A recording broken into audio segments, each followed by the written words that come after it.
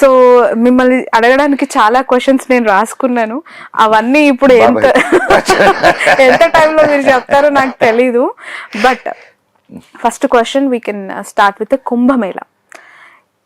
మహాకుంభ్ అసలు ఇది ఇలానే జరుగుతుందా? పురాణాల్లో ఇలా జరగాలని ఉందా? పుష్కరాలు వస్తూ ఉంటాయి, ఒక్కో నదికి ఒక్కోసారి జరుగుతూ ఉంటాయి. అఫ్ కోర్స్ ఇప్పుడు 2027లో కూడా మళ్ళీ ఇక్కడ మన ఆంధ్రాలో గోదావరికి రాబోతుంది అనుకోండి. మహాకుంభ జరుగుతున్న తీరును చూస్తూ ఉంటే ఎక్కడైనా కూడా ఇంకేమైనా ఆలోచనలు పుట్టే అవకాశం కనిపిస్తుంది. అంటే ఆలోచిస్తూ ఉంటే ఇన్డెప్త్గా వెళ్తే ఇదేనా హైప్ కోసం చేస్తున్నారా, లేదంటే ఏదైనా ఇంటెన్షన్స్ దీని వెనక ఉన్నాయా? ఇంకొకటి ఈ క్వశ్చన్తో రిలేటెడ్ కొంచెం పెద్ద క్వశ్చన్ ఇది. నాగసాధువులు కొన్ని కోట్లలో నాగసాధువులు వాళ్ళు అసలు ఎక్కడి నుంచి వస్తున్నారో ఏంటో అర్థం కాదు. మునుగుతున్నారు తేలుతున్నారు పోతున్నారు. ఎక్కడికి పోతున్నారు? వాళ్ళ ఎట్లొస్తారు?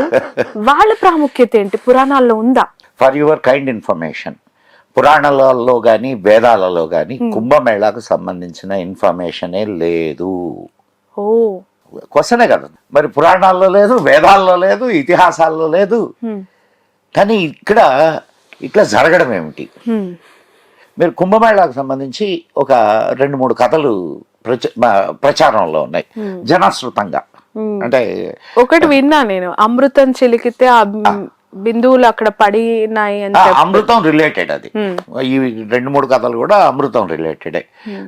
ఏంటంటే క్షీరసాగర మథనంలో అమృతం వెలికి వచ్చిందని, ఆ అమృతం చిలకడం వలన, అది చిందడం వలన అవి ఒక 4 ప్లేసెస్లో పడ్డాయని, ఆ 4 ప్లేసెస్లో కుంభమేళా జరుగుద్ది. నాసిక్, హరిద్వార్, ప్రయాగ్రాజ్ అండ్ ఉజ్జయిన్, ఈ 4 ప్లేసెస్లో. మీకు క్షీరసాగర మదనం వరకు ఉంది కథ మనకి ఇక్కడ పురాణాల్లో, కానీ బిందువులు పడడం అనేది లేదు. ఓకే, ఒకటి. రెండవది ఇంకొకటి, వినత కద్రువల కథ విన్నావా నువ్వు? వినత కద్రువ లేదండి. వినత పుత్రుల్ని వైనతేయులు అంటారు. ఓకే, ఎవరు వైనతేయుడు చెప్పు, ఒక వైనతేయుడు గురించి. ఇది తెలుసుకోవాలా? మీ దగ్గర ఇప్పుడు క్లాసెస్ వినాలి నేను. మీరు తిరిగి క్వశ్చన్స్ అడిగితే ఇక్కడ నీళ్ళు లేమా? గరుడు వినత కొడుకు. ఓకే. అండ్ సూర్యుడి యొక్క రథసారథి మాతలి వినత కొడుకు. కద్రువ కొడుకులు నాగులు. ఓకే, మనకు కథ ఉంది, వినత కద్రువల కథ. వాళ్ళిద్దరూ ఒక ఋషి పత్నులు. వీళ్ళిద్దరూ అట్లా వ్యాహ్యాళ్ళకి, అంటే షికార్కి వెళ్తే ఒక శ్వేత అశ్వం కనిపిస్తుంది, అంటే వైట్ హార్స్ కనిపిస్తుంది. కనిపిస్తే వీళ్ళిద్దరూ చూస్తారు, అబ్బా చెల్లి చూడు శ్వేతాశ్వం ఎంత అందంగా ఉందో అని అంటుంది. ఎవరు? వినత. కద్రువ ఏమంటదంటే, అక్క దాని తోక మాత్రం నల్లగా ఉంది అక్క అని అంటది. వీళ్ళిద్దరూ కాదు అంతా తెల్లగా ఉంటే నీకు తోక ఎందుకు నల్లగా కనిపిస్తుంది అంటే, అయితే దగ్గరికి వెళ్ళి చూద్దాం అని అంటారు. ఈ లోపల పందెం అక్క అని చెప్పి ఇద్దరు పందెం వేసుకుంటారు. ఏంటంటే దాని తోక నల్లగా ఉంటే నువ్వు నాకు దాస్యం చేయాలా, తోక తెల్లగానే ఉంటే నేను నీకు దాస్యం చేస్తా అని పందెం వేసుకుంటారు. పందెం వేసుకొని దాని దగ్గరకు పోతున్నప్పుడు కద్రువ తన బిడ్డలకి చెప్పుద్ది, నాగులకి, మీరు వెళ్ళి దాని తోకకు చుట్టుకోండి అని. తోకకు చుట్టుకుంటాయి. దూరం నుంచే కదా చూస్తారు, దగ్గరికి వెళ్ళేసరికి నల్లగానే కనిపిస్తుంది.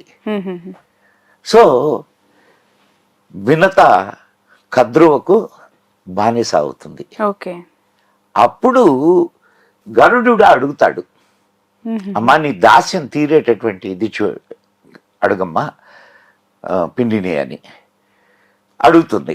అడిగితే ఆమె ఏం కండిషన్ పెట్టుద్దంటే, నువ్వు అమృతం తెచ్చి నా బిడ్డలకి ఇస్తే నేను మీ అమ్మని నాకు ఇస్తే అమృతం తెచ్చి నాకు ఇవ్వు, నేను మీ అమ్మని దాస్యం నుంచి రిలీజ్ చేస్తాను అని. సో అమృతం తెచ్చి ఇవ్వడానికి ఇతను స్వర్గానికి వెళ్ళి అమృతం తీసుకొని వస్తుంటాడు. ఇంద్రుడు అడ్డగిస్తాడు. ఇంద్రుడు అడ్డగిస్తే ఇంద్రుడితో జరిగే పోరులో 4 చుక్కలు కింద పడతాయి. ఇది కథ, రెండో కథ. ఇంకా మూడో కథ ఏందంటే అంటే అఫ్ కోర్స్ అవి నాగులకు దక్కకుండానే మళ్ళీ తీసుకెళ్లిపోతాడు ఇంద్రుడు. తెచ్చి ఇస్తాడు, ఇచ్చిన వెంటనే మళ్ళా ఇంద్రుడు తీసుకెళ్లిపోతాడు. కాబట్టి కానీ ఈమెకు దాస్య విముక్తి జరుగుద్ది. ఇది వెనతా కద్రువల కథ. నీకు అక్కడ వరకు ఉంది.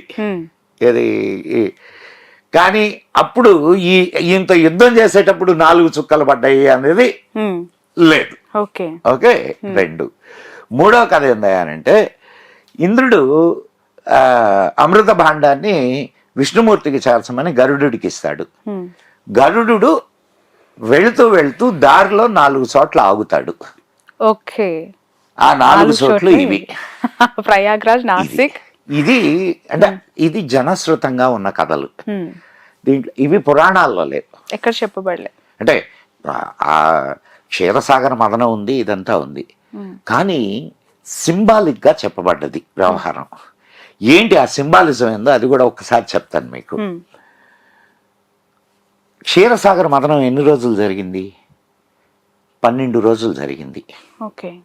12 రోజులు. 12 రోజులు దేవతలకి, మనకు 1 సంవత్సరం అంటే 365 రోజులు దేవతలకు 1 రోజు. సో దేవదానవుల ఇది కదా జరిగింది. అది వాళ్ళ 12 రోజులు మనకేమవుతుంది? 12 సంవత్సరాలు అవుతుంది, అంతే కదా. 1 రోజు వాళ్ళకి, మనకు 1 సంవత్సరం. 365 రోజులు. 365 రోజులు, రైట్. సో వాళ్ళు అక్కడ 12 రోజులు అని అంటే ఇక్కడ 12 సంవత్సరాలు, రైట్. ఓకే, అంటే ఈ కనెక్టివిటీ చెప్తున్నాను నేను. చంద్రుడికి, సూర్యుడికి, గురువుకి, ఈ ముగ్గురికి ఆ అమృత భాండానికి సంబంధించినటువంటి కేరింగ్ అప్పగిస్తారు. చంద్రుడు ఆ అమృత భాండాన్ని, అంటే దాంట్లో నుంచి అమృతం చిందకుండా కాపాడాల్సిన బాధ్యత చంద్రుడిది. ఆ కలశం ఏదైతే ఉందో ఆ కలశం విచ్ఛిన్నం కాకుండా చూడాల్సిన బాధ్యత సూర్యుడిది. ఆ కలశం వేరే వాళ్ళకి వెళ్లకుండా, అన్యుల పాలు కాకుండా రక్షించాల్సిన బాధ్యత గురువుది. సో 12 సంవత్సరాలు గురువు, సూర్యుడు, చంద్రుడు, ఈ ముగ్గురికి సంబంధించే ఈ 4 చోట్ల కుంభమేళాలు జరుగుతాయి. అర్థమైందా? కుంభరాశిలోకి గురువు వచ్చినప్పుడు, గురువు సంవత్సరానికి ఒక్కసారి ఒక హౌస్ మారుతాడు. కుంభరాశిలోకి గురువు వచ్చినప్పుడు గంగానదికి కుంభమేళా జరుగుతుంది. అండ్ సింహరాశిలోకి వచ్చినప్పుడు గురువు 2 చోట్ల జరుగుద్ది, నాసిక్ అండ్ క్షిప్ర, ఉజ్జయిని. అట్లా గురువు యొక్క ఇది సూర్యుడు, చంద్రుడు వీళ్ళ స్థానాలను బట్టి ఆ ప్రయాగరాజ్లో కుంభమేళా జరుగుద్ది. ఒక్కసారి జరిగితే మళ్ళా గురువు అదే ప్లేస్ కు వచ్చినప్పుడు మళ్ళా జరుగుతుంది. సో ఒక్కసారి సూర్యుడు చుట్టూ గురువు తిరిగి రావడానికి 12 సంవత్సరాలు పడుతుంది. సో 12 సంవత్సరాలకి ఒక్కసారి కుంభమేళా జరుగుతుంది. ఇది నీకు అసలు ఏంటి అంటే ఇప్పుడు 12 సంవత్సరాలకు వచ్చేవి పుష్కరాలు కూడా అంటున్నా, అది సంవత్సరానికి ఒకసారి వస్తాయి. అది కూడా చెప్తాను. 12 సంవత్సరాలకి 12 నదులకి, ఒక్కొక్క నదికి ఒక్కొక్క సంవత్సరం పుష్కరం వస్తుంది. ఓకే, అసలు ఏమిటి ఈ పుష్కరాలు, ఏమిటి ఈ మేళాలు, ఏమిటి ఈ మనుషులు వెళ్ళడం, ఏమిటి మునగడం, ఏమిటి? ఇది కదా ఇది ఏంటంటే మనకు మన మన మన సంస్కృతిలో శ్రావణి మెయిన్గా నదులకి చాలా ప్రాముఖ్యం ఉందమ్మా. అవును అవునా కదా? అవును నదుల్ని మనం పవిత్రమైన వాటిగా భావిస్తాం. నదీమ తల్లి అంటాం మనం. అవును సో అటువంటి నదీ తీరాల్లో ఇప్పుడున్నంత కమ్యూనికేషన్ అప్పుడు లేదు. అవును అవునా కదా? సో వీళ్ళు 12 సంవత్సరాలు ఎక్కడెక్కడో సాధనాలు చేస్తారు. వీళ్ళే కాకుండా సైంటిస్టులు కూడా, విద్వాంసులు కూడా. ఇప్పుడు ఋషులు అంటున్నాం కదా మనం. ఋషులు అనేవాళ్ళు సైంటిస్టులు. వాళ్ళు చేసిన పరిశోధనలు ఈ 12 సంవత్సరాల్లో కొంత ఇన్ఫర్మేషన్ ఉంటుంది. వీళ్ళు సాధువులు సంతులు చేసినటువంటి సాధనలు, వాళ్ళు తెలుసుకున్నటువంటి జ్ఞానం, లేదా వాళ్ళు తెలుసుకున్నటువంటి వాళ్ళ ఎక్స్పీరియన్సెస్, ఇవన్నీ కూడా ఉంటాయి. ఇవన్నీ మొత్తం దేశం మొత్తం మీద నుంచి సాధువులు ఒక్క చోట చేరుతున్నారు, ఋషులు ఒక్క చోట చేరుతున్నారు. దేశం మొత్తం నుంచి, బాగా గుర్తుపెట్టుకోమ్మా, దేశం మొత్తం నుంచి ఒక్క చోట చేరుతున్నారు. సో విజ్ఞానం అంతా, అటు భౌతిక విజ్ఞానం కానీ ఇటు ఆధ్యాత్మిక విజ్ఞానం కానీ, ఇది అంతా ఒక్క చోటుకు వస్తుంది. ఒక్క చోటుకు వచ్చి అక్కడ ఏం జరుగుద్ది? అక్కడ డిబేట్స్ జరుగుతాయి, చర్చలు జరుగుతాయి. వీళ్ళు సాధించినటువంటి విషయాల్ని అక్కడ చర్చ చేసుకుంటారు. ఇది కరెక్ట్, ఇది తప్పు, ఇది కరెక్ట్, ఇది తప్పు. సో ఫైనల్గా అల్టిమేట్గా ఒక రిజల్ట్ని తీసుకుంటారు.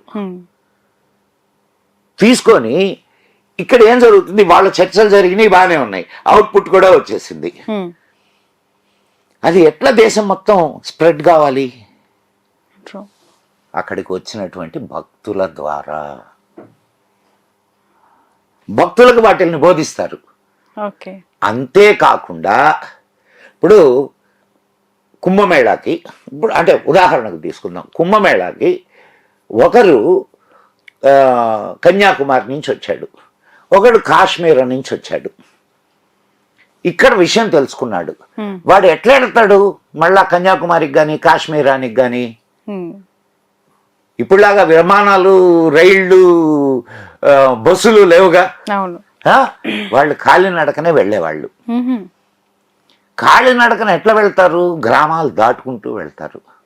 సో మధ్యలో మాట మంతి జరుగుతుంటది.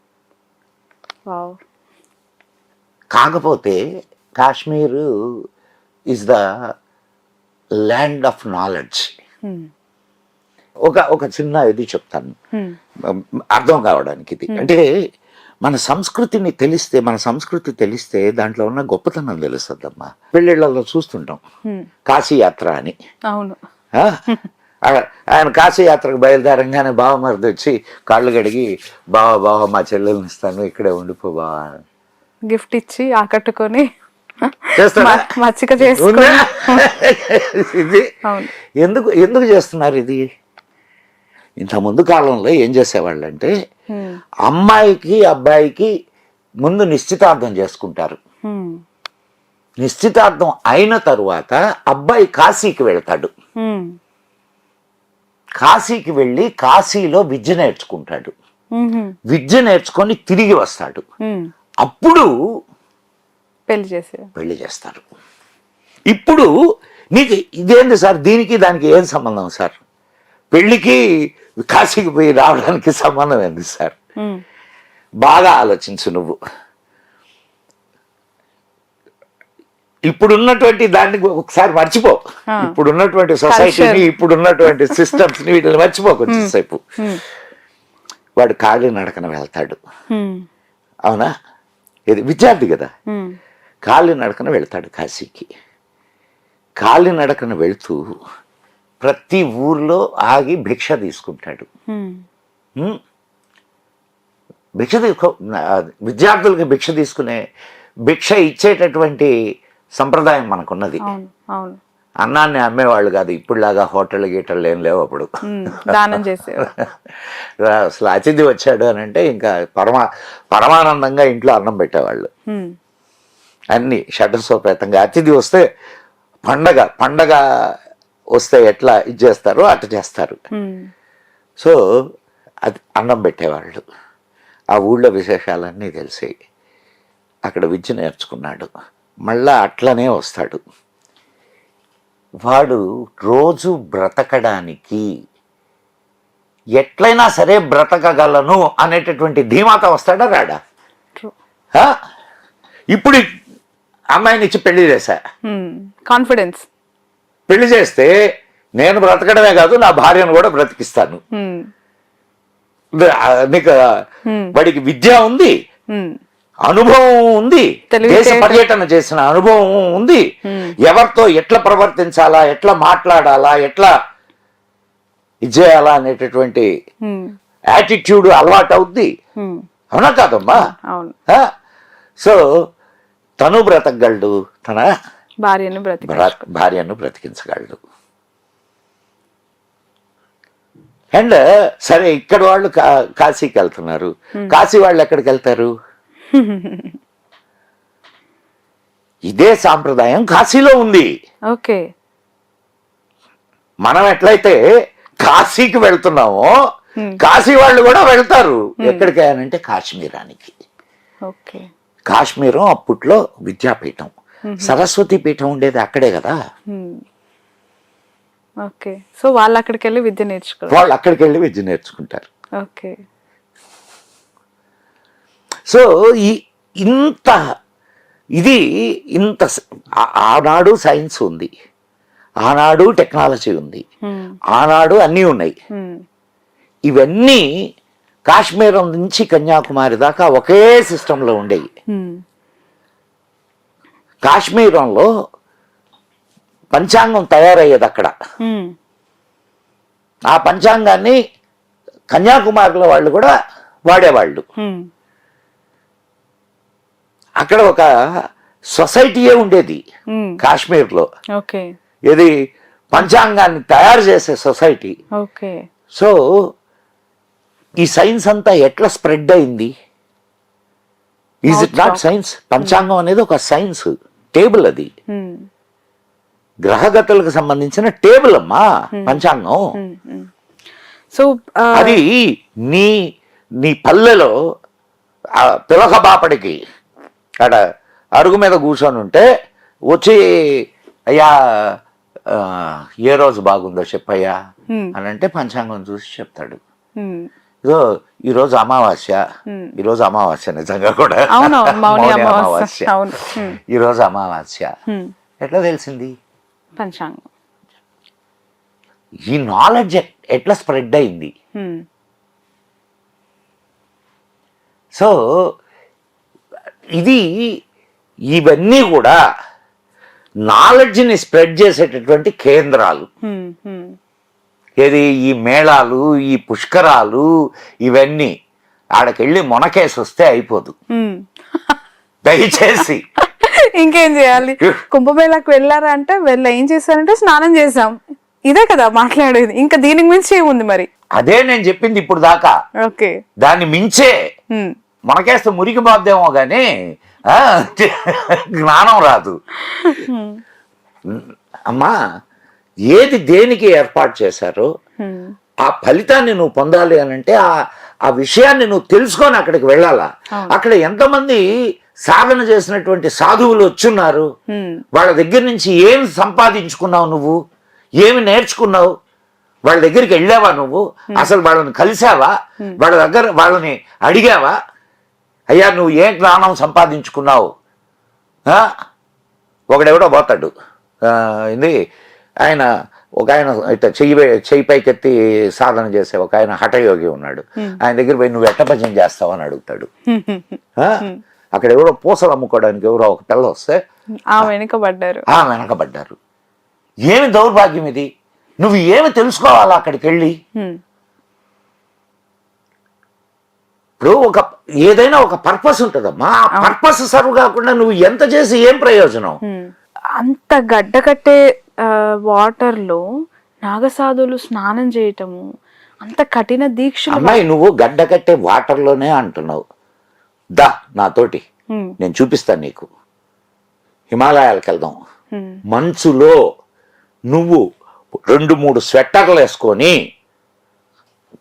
గట్టిగా బిగించుకొని ఉండే, నీ శరీరంలో ఎక్కడ ఒక్క ఇంచు కూడా బయటకు రాకుండా, కళ్ళు మాత్రం కనిపించేటట్టు, ముక్కులు గాలి పీల్చుకునేదానికి, నోరు ఇదయ్యేదానికి మాత్రం పెట్టుకొని వెళ్ళాల్సిన ప్రదేశాల్లో బట్టలు లేకుండా తపస్సు చేసేటటువంటి సాధువుల్ని నేను చూపిస్తాను రా. ఎట్టున్నారంటావు? ఏంటనుకుంటున్నావు సాధన? నేను నీకు ఎందుకు చెప్తున్నానంటే, నువ్వేమనుకుంటున్నావు అంటే ఇది ఒక మామూలు 5 ఎలిమెంట్స్తో తయారైనటువంటి బాడీ అనుకుంటున్నావు. దీంట్లో అనంతమైనటువంటి శక్తి ఉంది. ఆ శక్తిని నువ్వు గుర్తించడంలా, ఆ శక్తిని వాళ్ళు గుర్తించి వెలికి తీస్తున్నారు. ఈ ప్రపంచంలో ఏముందో అదే నీలోనూ ఉందమ్మా. నువ్వేం ప్రత్యేకమేం కాదు. కాకపోతే నువ్వు ప్రత్యేకం అనుకుంటూ బతికేస్తున్నావు.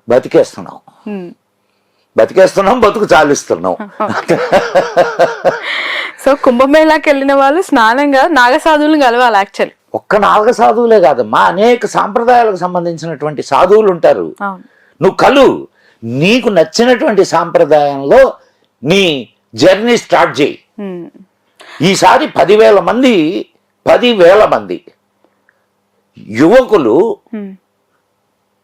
నాగదీక్ష తీసుకున్నారు. 10,000 మంది. ఏం చూసారు? ఏం అట్రాక్ట్ అవుతున్నారు వాళ్ళకి ఏం కనిపిస్తోంది? అమ్మాయి, ప్రతి ఒక్కడిలో ఒక ఆధ్యాత్మిక తపన ఉంటుందమ్మా. ఇది బాగా ఏంటి, ఎప్పుడైనా నువ్వు ఏంటి ఈ జీవితం, దీని యొక్క పరమార్థం ఏంది, ఎందుకు పుట్టాము, ఎందుకు చేస్తున్నావు, ఇంతకు మించింది ఏమన్నా ఉందా అనే ఆలోచన రాదా నీకు? వస్తుందా రాదా? ఆ తపన కొంచెం ఎక్కువైతే ఏమవుతుంది, నువ్వు ఏం ఆలోచించకుండా ఇక ఈ సంసారం ఇదంతా ఏం లేకుండా వెళ్ళిపోతావు. నివృత్తి మార్గంలోకి వెళ్ళేవాళ్ళు అనేక రకాలుగా ఉంటారు. నాకు తెలిసినటువంటి అఘోరీలు ఐటీ ప్రొఫెషనల్స్ ఉన్నారు. ఎందుకు అంటే అంత వైరాగ్యం వచ్చి వెళ్తున్నారా, లేదంటే ఆ సోల్ కనెక్షన్? అమ్మాయి, నీకు నాకు ఇప్పుడు ఒక ఐఐటి సాధువుని అక్కడ చూపిస్తున్నారు. కానీ నాకు తెలిసినటువంటి ఐఐటి వాళ్ళు ఉన్నారు. చాలా మంది స్నేహితులు ఉన్నారు నాకు. చాలా మంది ఉన్నారు స్నేహితులు. మన కాళహస్తిలో అడవుల్లో ఉంటారు. ఉన్నాడు ఒక ఆయన, నా మిత్రుడు, హైదరాబాదీయే. ఓకే. ఆయన హైదరాబాద్ వచ్చినప్పుడు వచ్చి కలుస్తాడు నన్ను. మేమిద్దరం చాలా విషయాలు డిస్కస్ చేసుకుంటాం. ఇప్పటికీ నేను ఫోన్ చేస్తాను, మాట్లాడుకుంటుంటాం. ఆయన్ని చూస్తే నువ్వు దగ్గర కూడా రానియవు. అంత భయంకరంగా ఉంటుందా? కాదు, ఒక అడుక్కు తినేవాడే కాస్త శుభ్రంగా ఉంటాడు, కాస్త అంటే మంచిగా ఉంటాడు. ఈయన ఒక జుట్టుకి ఒక ఇది కట్టుకొని, ఒక లూజ్ చొక్కా తెల్లది వేసుకుంటాడు, ఒక అడ్డ పంచి కట్టుకుంటాడు, ఒక జోలే సంచి వేసుకుంటాడు, తిరుగుతుంటాడు. కదిలిచ్చు, ప్రపంచం అంతా చెప్తాడు నీకు.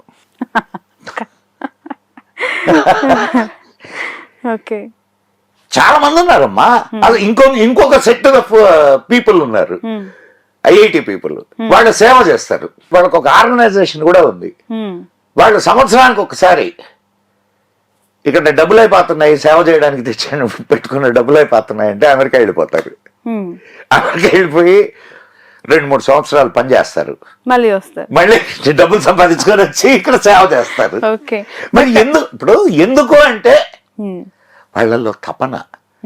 ఇప్పుడు ఒక పీక్ స్టేజ్కి వెళ్ళామమ్మా, నీకు ఆ తర్వాత ఏంది?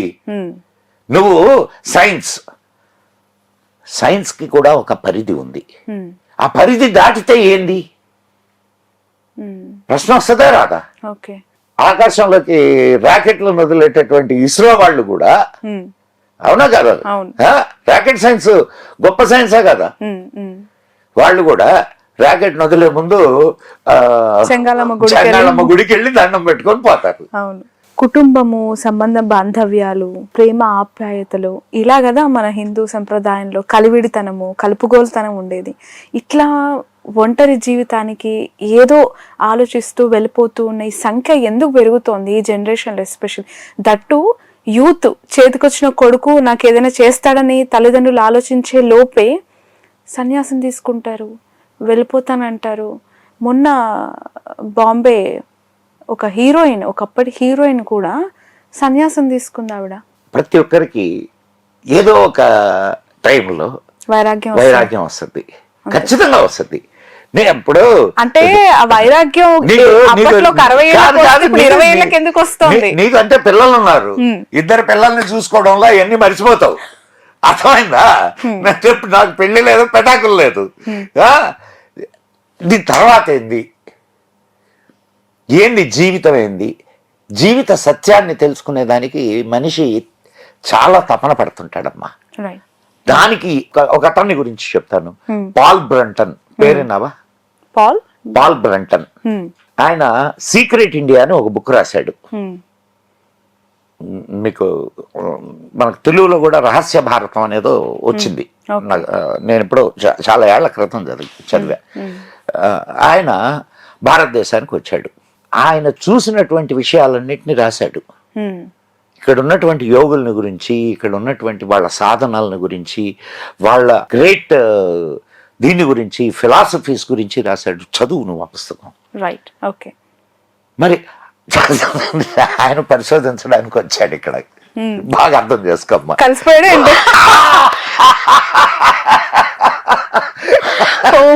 రమణాశ్రమంలో ఉండిపోయాడు, అరుణాచలంలో. Oh my God.